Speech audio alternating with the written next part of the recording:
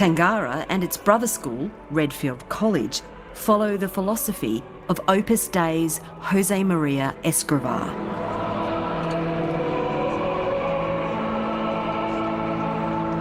His argument that the parents should create home as a sort of church, as a domestic church, and that the role of education was to be a partner with the parents in this religious worldview formation. That is an Opus Dei dog whistle. I want you to pay attention and remember that, because it's going to come up again throughout this discussion about Opus Dei in education. The idea that education is supposed to partner with the parents. Partner with the parents. That is a dog whistle. And you will see it mentioned again. If you are looking at a school trying to determine whether or not there's an Opus Dei influence and they're not being terribly overt about it, listen or look for that phrasing that tells you everything that you need to know. I would bet you dollars to donuts it's an Opus Dei school, because they all say the same thing. It's like they follow a script.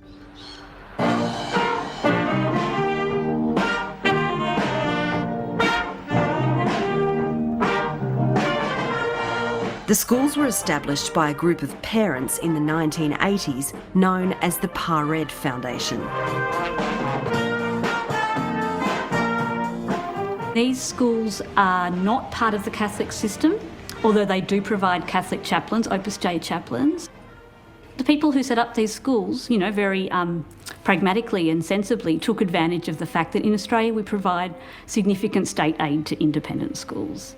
And now I would say that Opus Dei's biggest realm of influence in Australia, and where it is able to get the most traction, is through these educational structures. We were all given what was called a tutor at school.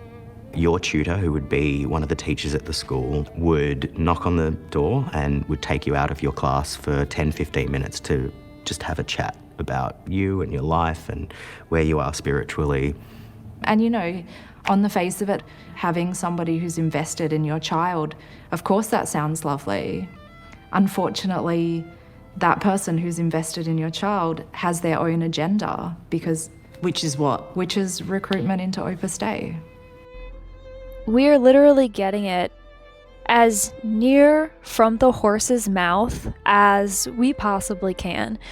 I have said for a really, really long time, and so many other people have said this too, that these schools with the Opus Dei presence, their sole reason for existing in those schools is to recruit future members from these pools of very wealthy, influential people. I have hypothesized what the reasons might be for that, and we can certainly speculate, but the fact remains that for better or for worse, it's happening. And, there's an argument that could be made for joining a club like this. Oh, it's just an after-school program. It's a way for kids to become more involved in their faith. There are Catholic parents out there who would be very in favor of something like that. The problem is, this is not just some fun, chill club that you go and hang out with your Catholic school chums. There is so much implicit to being an Opus Dei that people don't find out about until it's essentially too late. And plus, the very nature of the organization is such that parents realistically are risking losing their children forever, which is something that they also do not realize. It's a PR nightmare, in my opinion. And it would seem to me that, just playing devil's advocate here for a second, that if Opus Dei was serious about trying to recruit people and actually keep them, there are better ways to go about doing that than what they're doing here. But then again, I have also hypothesized that the recruitment is more of a means to an end. It's not the end in and of itself. And I think that that could be why their recruitment tactics are, quite honestly, sort of sloppy.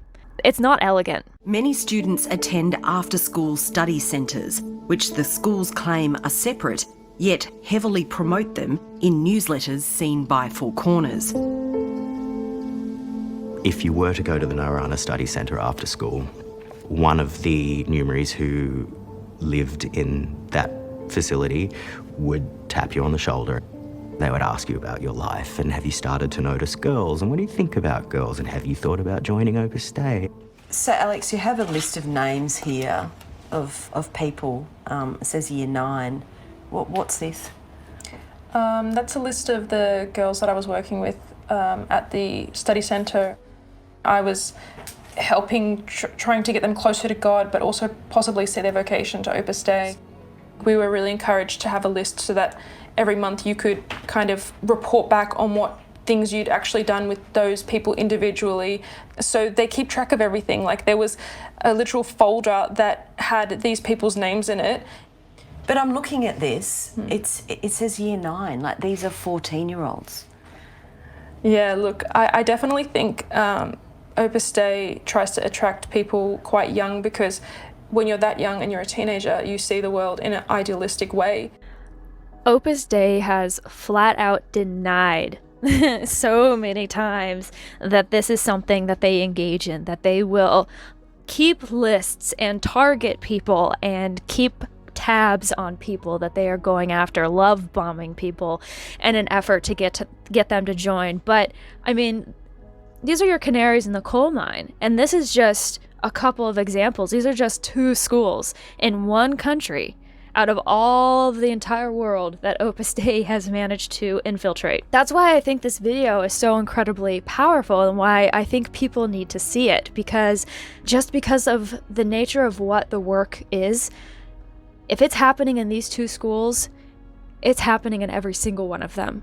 I would bet you all of the money in my bank account right now that it is happening in every single school.